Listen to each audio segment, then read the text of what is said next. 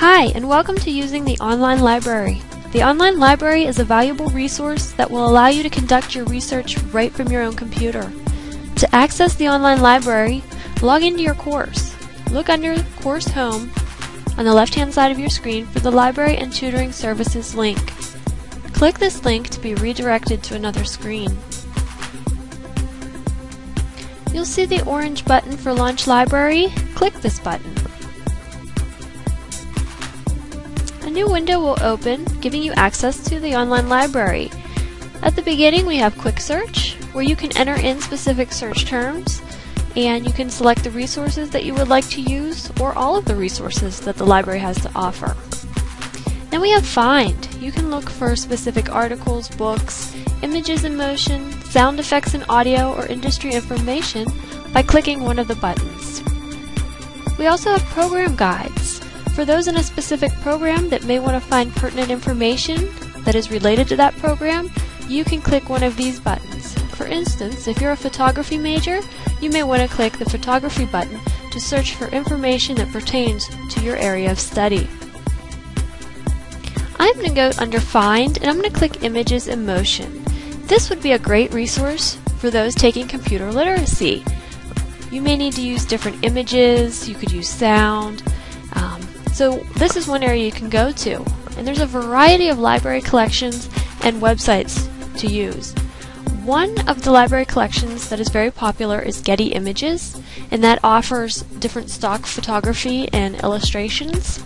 With this one, you must fill out a license agreement, and you would just click on this license agreement link to be directed to another page in which you would fill out. It usually takes about 24 to 48 hours for your request to be submitted. And you will receive a username and password so that you can go in and download images. You will have to submit this form every quarter.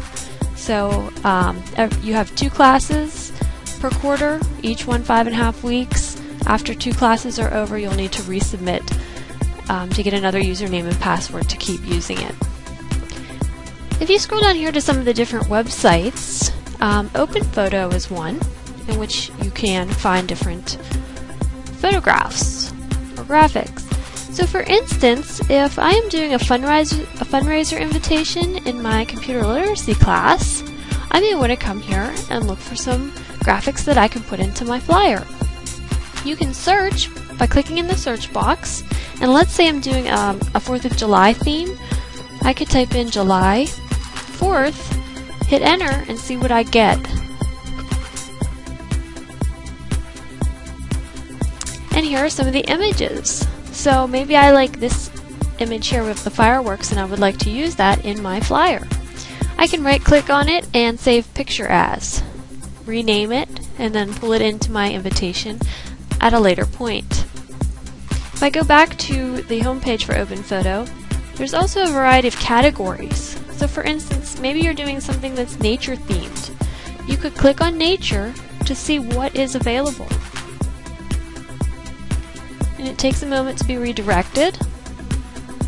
We have a variety of wonderful pictures here that we may be able to incorporate into our project. I'm going to close out of that. Another one we can go to is Stock Exchange, and we'll click on that. It'll take a moment for the new window to load. And here we can click and view our image categories. They have tons of different categories. For instance, if you want to go under business and look for money, that'll give you photographs that pertain to business and money. If, for instance, you're searching for something specific, you can go to the Advanced Search tab and you can search for it. Let's say I'm looking for something about computers and people. I just search that. I can put in any kind of information in these. You have different types. You could do photos or graphics. I'm going to go with any and submit.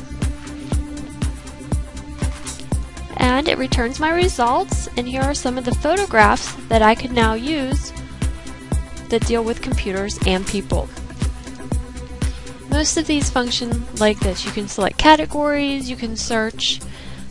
They all have a variety of photographs that you can use.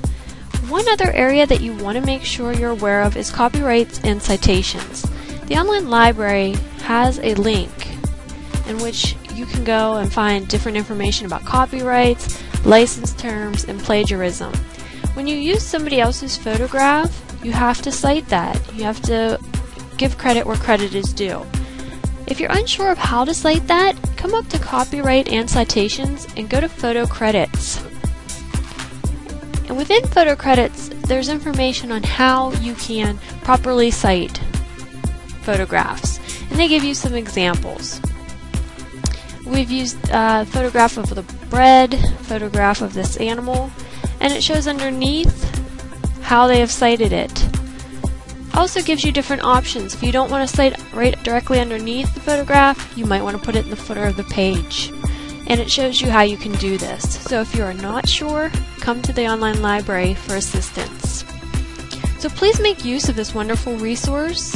It has so many resources available to you.